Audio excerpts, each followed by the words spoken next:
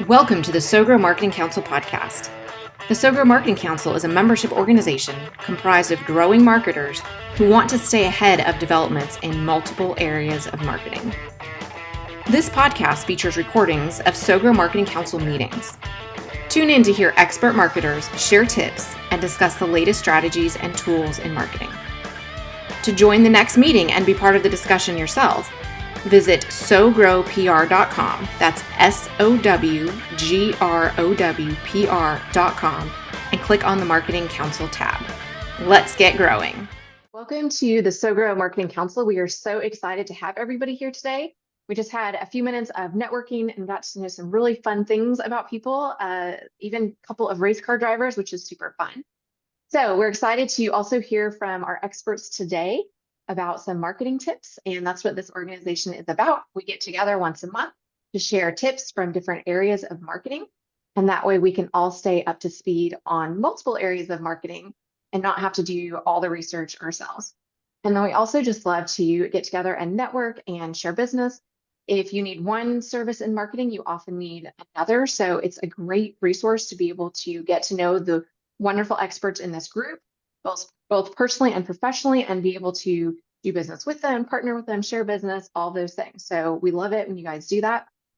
So go ahead and put your name and your contact information, whatever information you might want to include in the chat. And I highly recommend you guys get together after and have coffee, get to know each other, and definitely grab that contact information and just get to know each other, because you guys are a great group of people. So today we are going to have some experts share tips, and you guys will have 4 minutes. And if you start getting close, Sarah will start waving at you, or you'll hear the timer. And when you say your tip, please just make sure to say your name and your company. And that way the people that are listening on the podcast or watching on YouTube will know who you are. And then just keep tips educational and informational. And after each tip, we'll have a few minutes for discussion. So even if you don't provide a tip today, feel free to ask questions, join in the discussion, comments. A lot of times that's where the best tips come out, is through the discussions. I love that part of it as well. But so you guys put your name and contact information there. That's great. So, and then be sure to sign up for our next meeting. Our next meeting is June 18th. And also, guys, subscribe to the podcast, subscribe to the YouTube channel. We're trying to definitely get our numbers up on YouTube, because you can do extra things when you have all those gates open. So please share this with your friends. And also invite other marketers to join us, because the more smart brains we have in this group, then we all benefit. So definitely make sure to pass this along. And then, like I said, next meeting is June 18th, so put that on your calendar. And we would love to have you guys join as well. And if you want to share a tip at the next meeting, then go to sogrowpr.com/submit. And there's a form there, and that's how we choose who submits their tips or who presents their tips. So, all right, so we are going to go ahead and get started today. Kristen, would you like to start us off and introduce yourself and share your tip? Sure. Hi, everybody. My name is Kristen Sellier. I am the founder of ID8. That's I as an idea, D as in design, and the number 8 agency. Our website is id8agency.com. And so today I'm going to share a tip about heat mapping. What I really like to focus on is the science behind branding, and heat mapping is a great tool that we use to make sure that our designs are effective. A great way to use heat mapping, and what heat mapping does is to optimize advertisements. So let's say you're putting out a digital ad and you've got a few that you're working on. You can apply a heat map to it and see where the eye flow goes. If the eye is flowing where you want it to, if your goal is to have someone click on a button, if the eye flow goes to the button versus taking you away from the button, that's going to diminish the returns on the advertisement.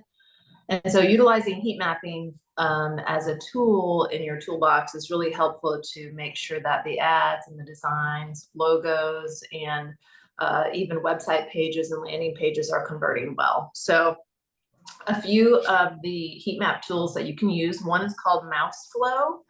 It is $39 a month. Another one is Glassbox, and you call them for pricing. And then the third that I like is called Lucky Orange, and that one is $18 a month. And if you think about the cost, and let's say your client is spending $10,000 a month on advertisement and you spend $18 a month for Lucky Orange and their conversions go up by 2%, it's definitely a great investment for yourself and for your customer. And I'm printing out my 18 pages of my tip. And so that's what you hear behind me on my little HP printer. Another way you can use heat mapping is on website conversions. Let's say you're driving someone to your website to complete a form, and you can look at the eye flow and the heat map concentration to see if it's driving the eye flow to the form.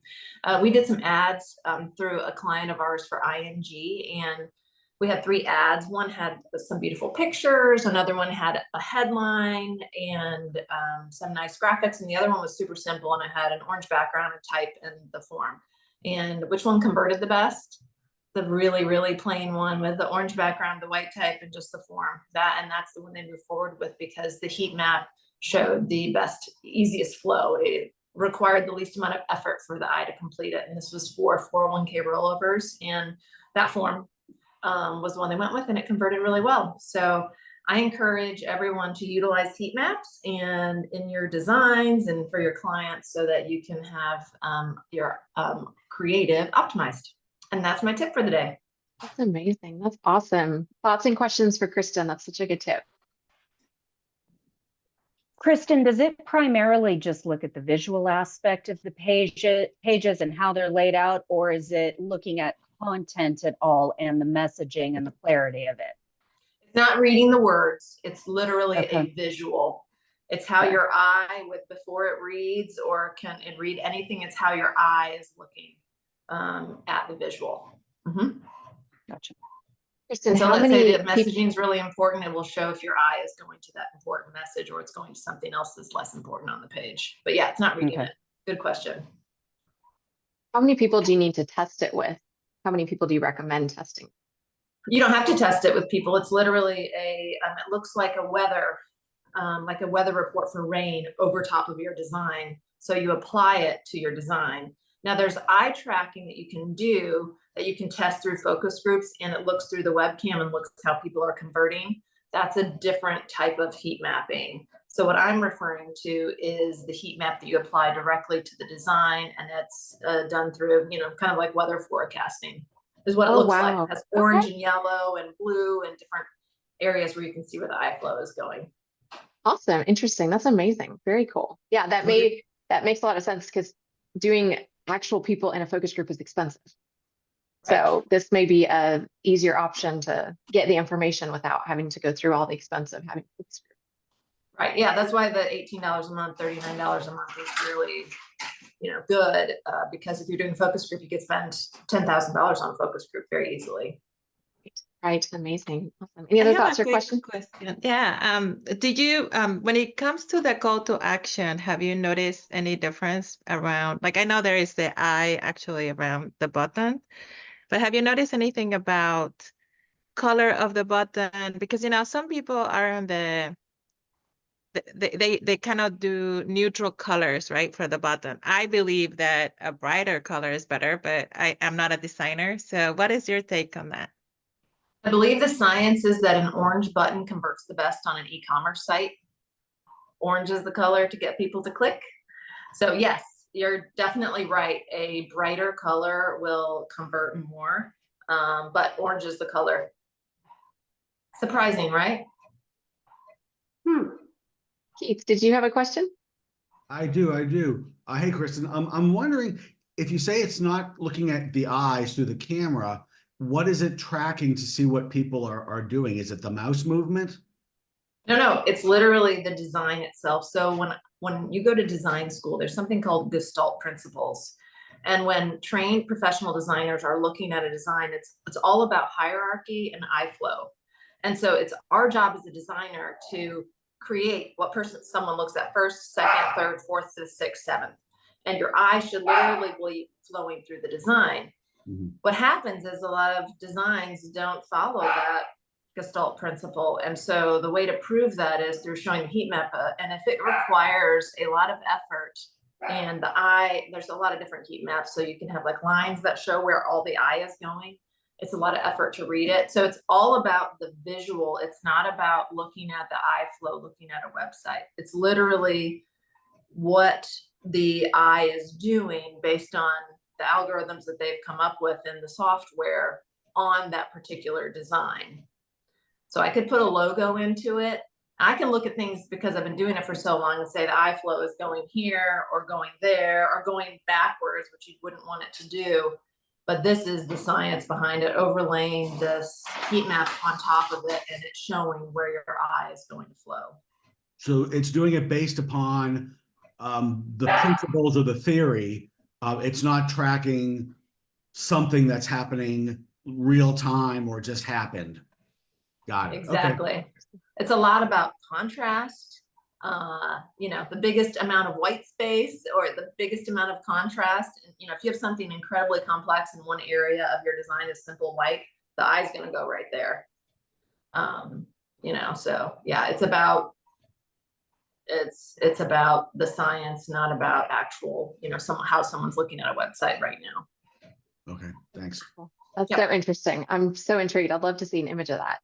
That's awesome. So Kristen, like It will be in the anyone, Kristen, like anyone could sign up for that. Like oh, neat. Okay, cool. Very cool. That's If awesome. if Another someone one. wanted to like test their designs, they could sign up for that, you know, the places that you mentioned and put their designs through it and get an idea of, okay.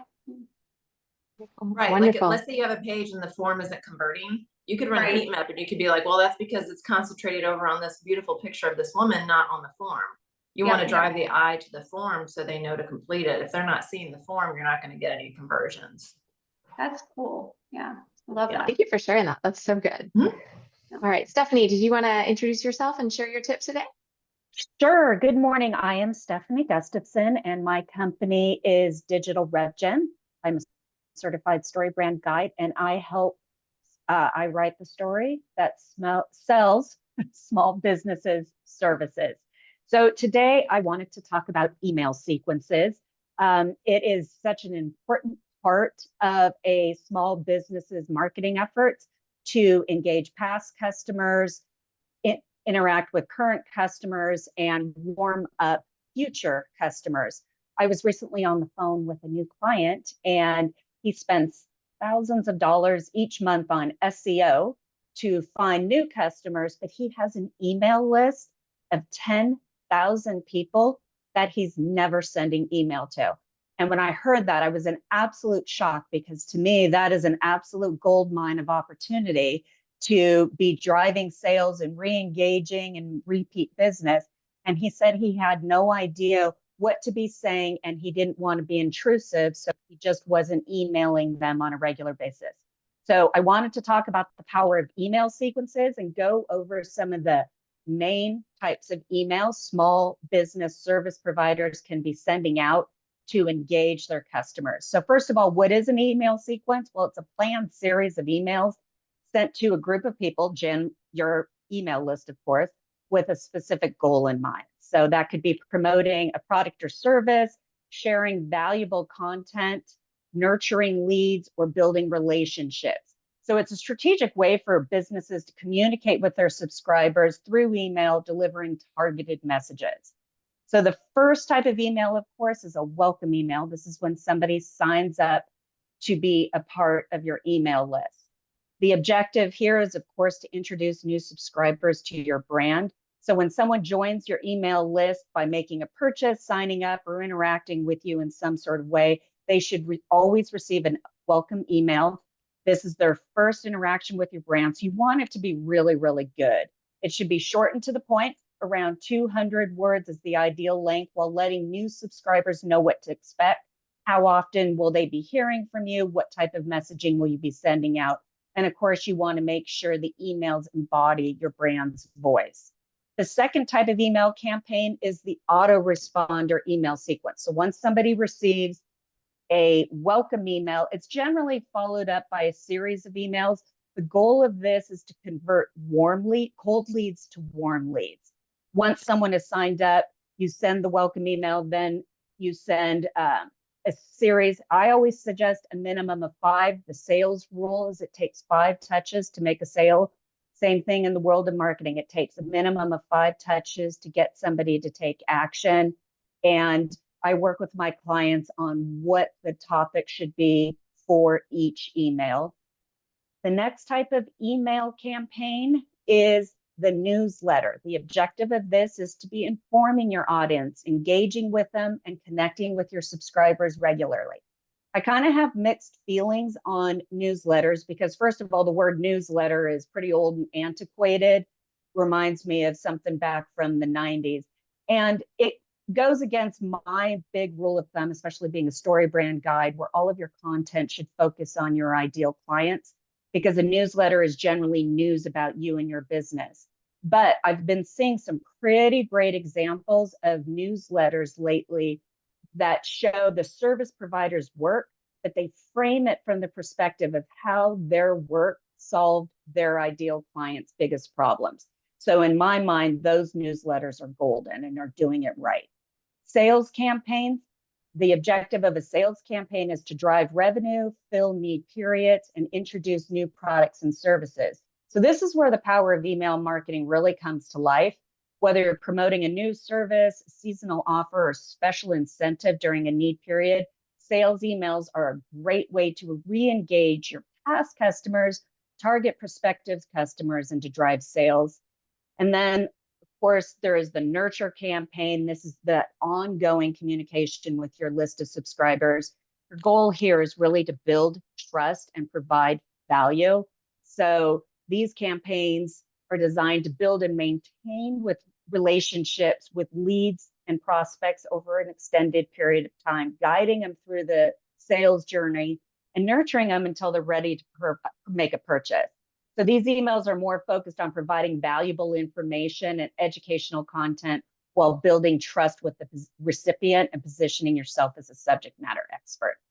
So when it comes to email's king. I talk often about the ROI of email at 3,600%. So if you have an email list, even if it's a small one, interact with your audience regularly and use one of these campaigns to help guide you in creating content. Great. Thank you, Stephanie. Thoughts and questions for Stephanie? Have you had any issues with clients lately asking about the new changes with the filtering and things like that, and going to spam and having to search? Yeah, right.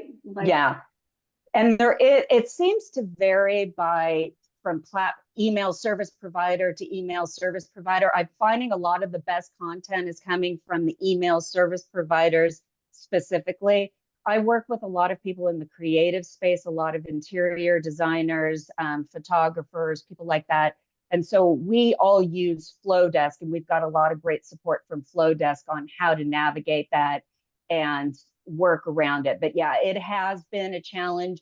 And at the end of the day, people who are engaging with their audiences regularly and emailing them are having the least issues because they're already being seen as credible senders. It's those people that don't engage with their audiences regularly that are getting flagged more often, from the best I can understand. Yep. I'm also going to put in a plug for Yana Tori. She's not here today, but her company is Email Console. And I sent her an email from the SOGO Marketing Council, and she said that it had an issue. I'm trying to remember what the SPF was, because we had a Wix website and Wix did not talk well with the email provider that I had. And so there's a setting that you had to go in. It was just as simple as calling GoDaddy and saying, can we get this and set it up and all that? But she let me know that. But so many times we don't know.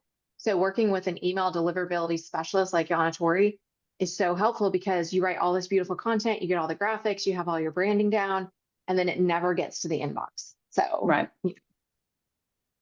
Absolutely. Well, great. Well, thank you, Stephanie. Any other thoughts or questions for Stephanie? What are the newsletters that you've seen that you've really liked lately? You know what? Actually, one of them is from a Provisor member, Erin Hill. She sent a great one the other week. I thought she really did a good job of showcasing her work, but still in a way that it positioned itself to be of value to the clients and solving their problems.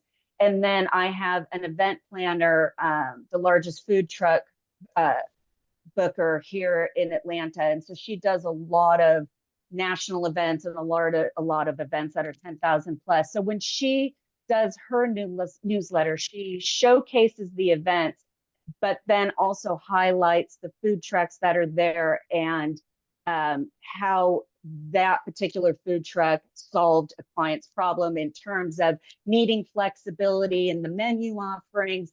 You know, a lot of events are requiring wide selection of menus because everybody has different dietary needs. And so she did a great job of highlighting the events, the food trucks, how they solved the problem while still promoting herself. And I thought it was the perfect blend of everything. And it didn't come across really as self-promotional, but really as more valuable content. Stephanie, does it help if you don't call it a newsletter? I always advise my clients not to. I mean, just the name itself is really old school. One of my interior design clients, she calls it her monthly roundup. And so the alternative names, just newsletter is pretty old school. There's lots of creative ideas we can come up with. And if you're not sure, check with ChatGPT. It can give you great ideas as well. That's a good point. I like Roundup. That's a good, Yeah. fun one. Awesome. You really have a chance to match it with your brand and come up with a language that fits your brand. Awesome. Good. Well, great tip. Thank you, Stephanie. Appreciate it. Virginia, would you like to introduce yourself and share your tip today? Oh, yes, thank you. So my name is Virginia Navajiger, and I'm the CEO of Transformative Power. It's a consulting firm where I help people who want to change the world use the power of communication to do so. So I'm really, really excited to be here today. And what is inspiring my tip today is, I guess I don't want to do the specific name, but recently there was a CEO of a Fortune 500 company who said something obviously not helpful, and it didn't went well in, on social media. So, I used to work in Fortune 500 companies for years, and like the CEOs have training, they have communication training, they have marketing training, right? They have everything. So how can that happen in a Fortune 500 company? Like you would think that it will happen in the small companies, right? Like they're not trained. So today my tip is around personal branding, and it's about personal branding, meaning humans. Like, you can be an entrepreneur, you can be a founder, you can be a CEO of a Fortune 500 company, you can be an employee of a company, and all of these people represent a brand, right? And it's really, really important. So I have a checklist here of what to look at when representing a brand, because I used to actually do these trainings before. So the first question is asking yourself, how do you represent yourself in a way that feels authentic to you and the brand you're representing? Then the second question is, what do you represent? Then the third question is, why do you represent it? And the fourth question is, who do you represent? And in this particular case, basically the CEO of this company gave his personal opinion about a subject. And when he did his personal opinion, then he addressed his target audience in a derogatory way. And I think that what happened here is maybe he could have probably gotten away with having his own personal opinion and that being controversial. But I think what went wrong in this comment was that he made a derogatory comment about his target audience. And, so that's on the negative side of an example, right? On the positive end of an example is, is when a person, maybe it's an author or maybe it's an artist, right? And they are aware that they're not just only representing their own writing or their own artistic way of doing things, but they're actually representing their audience. So it really takes a really big mindset shift to realize that there is a connection. So it's not just like, who's my target audience and how do I speak to them?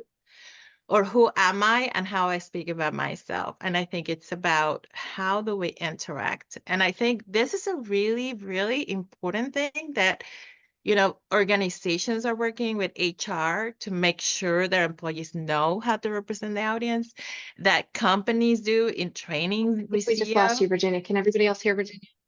Oh, can you hear me? Can you hear me? Yeah. I can hear. Mhm. Yeah, okay. Yeah. So making sure that we understand the connection of who we represent ourselves, or who we represent as a target audience, super important. So I really highly recommend to you and your clients to go over those 4 questions, because most of the time people don't do the 4 questions. They only do 1 or 2.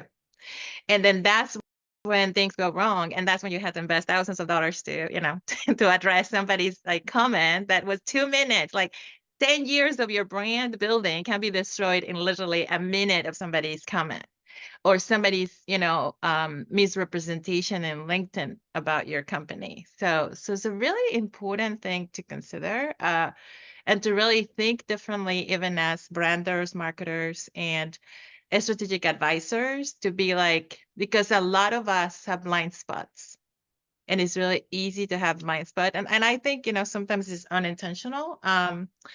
So yeah, so I wanted to share that. Great. Thank you, Virginia.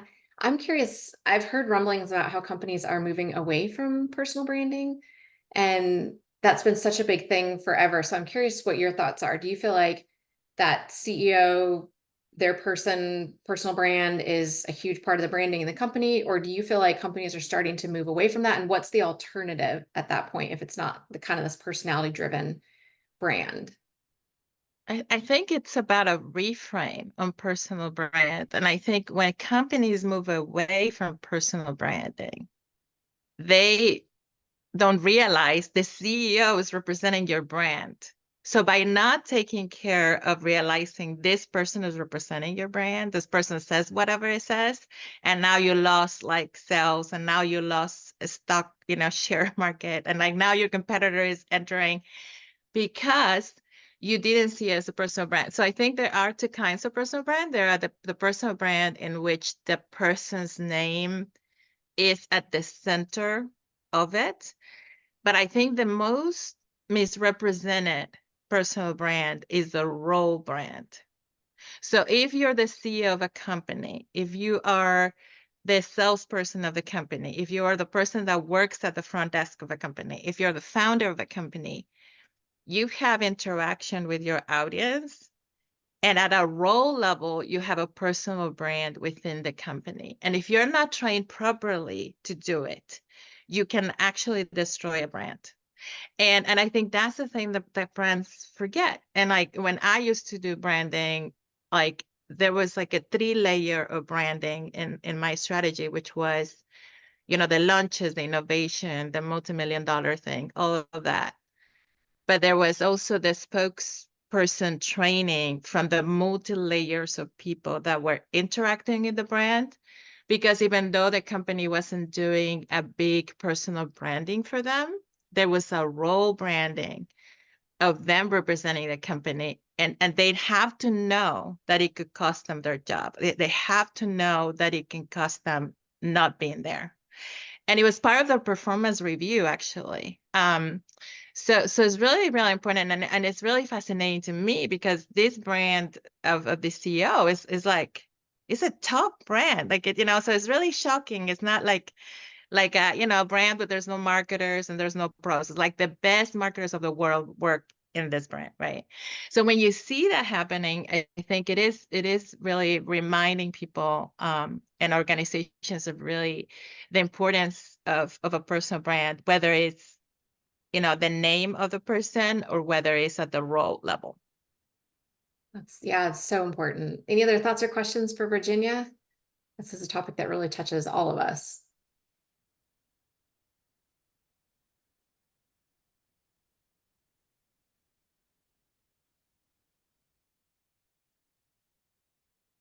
All right. Did I miss anybody who wanted to present a tip today? Keith, go ahead. Actually, I did want to present a tip. I'll lower my hand here on the screen now. Something came to mind about emails and email marketing. And I I've seen some great communications, but they had just really bad subject lines. And if the subject line was better, more people would open it. And like newsletters that said, our July, newsletter. I'm like, oh my gosh, like that is like the worst subject line. It didn't have anything that was going to get my curiosity going. So I'm sure you've seen that as well, Stephanie, but I just want to throw that out there that the content, as you know, is one thing, but the subject line that gets somebody to open it, that's like a science as well that people need to pay attention to and test those out. Otherwise, you could be putting all this great work into a newsletter or an email, and it's just people are just scrolling right by it because the subject is just I couldn't agree more. 40% of a user's recipient's decision to open an email is based on the weight of the subject line alone, how good it is. And you don't want to be spammy and clickbaity, but you want it to be compelling and interesting and engaging. I mean, I have done whole classes on the art of writing the subject line alone. There are so many tips and tricks when it comes to doing it. And I think what a lot of people do is you spend so much time on creating the content that then you're getting ready to send it, and it's kind of like the subject line's an afterthought, and you're just kind of putting anything random in there. But exactly to your point is a lot of people are deciding whether or not they even want to open it based on that. Because think about it, how many emails do you get every day? So you're scrolling through and you're looking for something that catches your eye. I think even maybe last month, my tip was even, I think, writing subject line, the 5 tips that make great subject lines. And so, yeah, that was something I just covered. I often think of it like a headline for an article because we write headlines for articles and we actually go through and test them. There are different websites that you can do to get the headline rated about how enticing it is. And so I think it's a subject line for an email is similar in a lot of ways, where you're trying to catch people's attention to get them to read the rest of the content. So I think some of the same principles for what makes a headline interesting, you can also apply to subject lines as well. Yeah, I've noticed that, and publications have people who do nothing but write headlines. The Washington Post, the New York Times, whatever it is, I noticed some similar formatting or the way they're phrased. And I think to myself, oh, that's got to be like they know that somebody will open that because it's got like 3 words and then 5 words, and it's got this little twist to it. So it's definitely people know what works. And I will tell you, if you can figure out that formula and pitch that to the editor, that's a great way to get media coverage, because if you already have the headline in that fits what they're looking for and what they already do, it's gold. Awesome. And Keith, did you want to say your name and your company? I know that was kind of like a little mini tip there, but don't forget to tell us who you are. Keith Finger, Revenue Insights. I help companies that are trying to figure out what's going on beyond go-to-market. So for instance, why are they losing customers? Why are they not getting deals? What's working, what's not working, and why for the things that they've already tried. Awesome. Great. Thank you, Keith. Good deal. All right. So I'm going to wrap us up with a tip. My name is Stephanie Richards and my company is SoGrow Public Relations. And today I'm going to talk about what is an exclusive. This is a term that you might hear a lot thrown around, and a lot of it has to do with a couple different areas of public relations. And so I wanted to break it down for you guys and talk about the different aspects of an exclusive. So when we're talking about an exclusive, let's start with media interviews. That's where we often hear the term exclusive. You may even think of tabloidish publications where exclusive interview with so-and-so celebrity. And that's what the term that's usually where the term comes to mind for people. It's like, oh, somebody has an exclusive interview. And so that usually just means that there's a new something, maybe it's a new product somebody's launching, or maybe they're going on tour, and you offer the first interview to whichever publication gets the exclusive. So it may be like a movie launching in the celebrity world, something like that. But it also can apply to business leaders. It may be that there's some story that you're putting out there. It could be something along, a new product that's coming out, and then you offer that first interview to a specific publication, and that's an exclusive. And you're just saying that you get first crack at this interview, and then it's fair game after that. So that's when it comes to media interviews. And then if you have something that's an exclusive related to a news release, you're offering the news release to a particular publication, allowing them to publish the news and break the news first. And that's usually done with something called an embargo, where you share the news release with somebody that's in the media, an editor, journalist, a producer, and you say, this information cannot be released until this date, but I wanted to give you a preview of it and see if you wanted to release it first. And then they will respond and say yes. They will agree to hold it until that date, and then they will release it first. And then after that, it's fair game, and they know it's going to be a news release. So they know it's going to go to all the other publications as well. But you're giving them first crack at it. They get to break the story. So that's an exclusive when it comes to news releases. There's also an exclusive when it comes to thought leadership articles. And these are a little different because what you're offering to the media outlet is a set of words in a particular order, and that's the exclusive. So it's the exact headline and it's the exact organization and the exact collection of words. You're saying, I'm not going to give this article to anyone else, or you're saying you get an exclusive first crack at it. It gets a little different with thought leadership pieces because unlike an interview or a news release, a lot of publications don't want you to take that article and publish it somewhere else. So you know, a news release is going to go to all these other publications. You know, somebody's going to write their own story on it or publish the release. But thought leadership articles, publications generally want to be the only ones to publish those.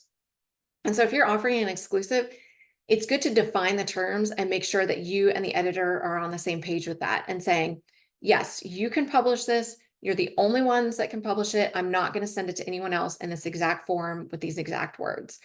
And that's often in the author agreement as well. Some publications will allow you to send it to other media outlets, but you also have to let that second subsequent editor know this has run in another publication. This is the agreement I have with them. And they may or may not want it.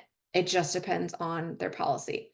So some people, some thought leaders get a little panicked and they say, oh no, I'm going to sign away my topic and I'm never going to be able to write about this again.